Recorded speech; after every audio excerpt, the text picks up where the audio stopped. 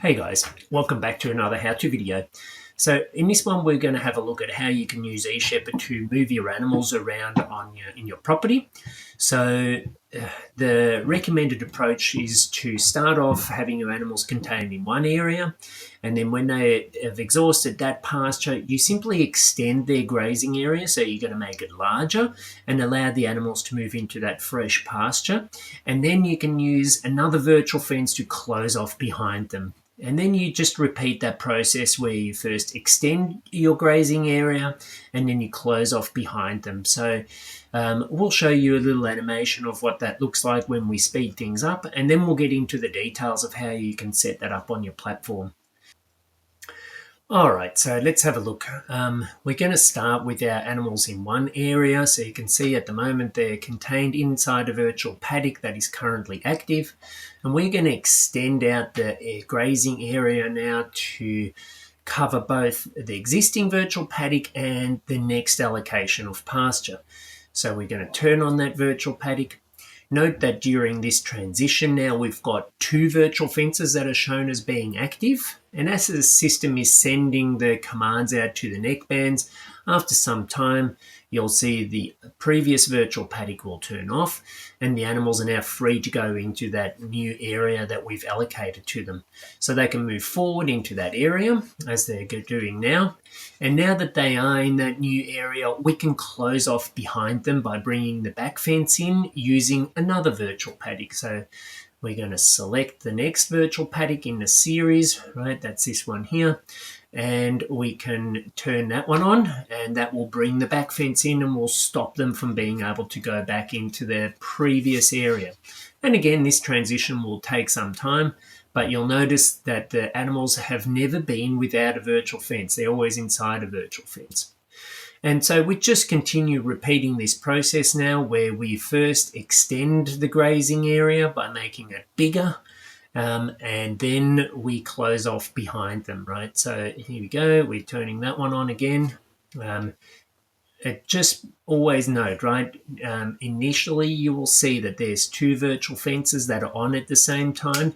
That's perfectly okay. It's a transition, right, where the platform is sending out the commands to turn on the new virtual paddock. And as soon as every neckband has received that command, the previous virtual paddock will show as being inactive or turned off. And that's when the animals are free to move forward into the new bit of pasture. So just be patient during that time. Please don't try and turn off the previous virtual paddock, right? The platform needs to just override that previous virtual paddock.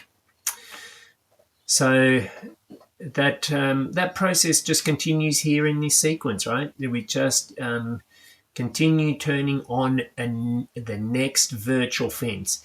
So you can use the scheduling feature to actually turn on these virtual fences for you. So if you know that your animals, typically within the first 6 hours of turning on a fresh grazing area, like let's say that we're doing right now, we're opening up that new area, maybe it takes 6 hours for all of your animals to have found that, okay, the virtual fence is open, we can now move forward, right? So you could say, okay, well, after 6 hours, I know that all of my animals have moved forward and are in the next area.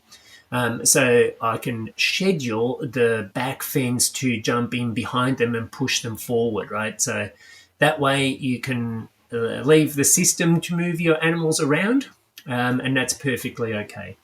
And what might happen in a scenario like that is that some animals are left outside of the new inclusion zone. They may be left behind. But if it's only a few animals, it is very likely that they will rejoin the rest of the mob. They will want to go into that fresh pasture and move back to where the rest of the animals are. So that way you don't have to go and run after a few animals that are left behind.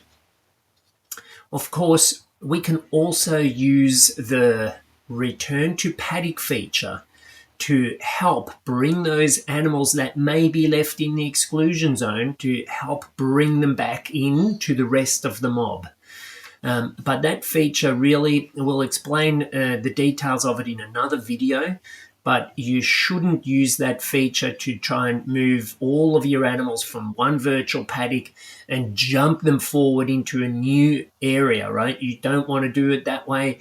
That can cause a lot of confusion. So you do want to make sure that the majority of your animals have moved forward and are in a new area before you leave some animals in the exclusion zone and only rely on the return to paddock feature to bring them back to the mob. So anyway, I hope that gives you a really good idea on how you can use the system to move your animals around in a paddock. And please watch the other video as well on how to use the return to paddock feature. Okay, see you in the next one. Bye.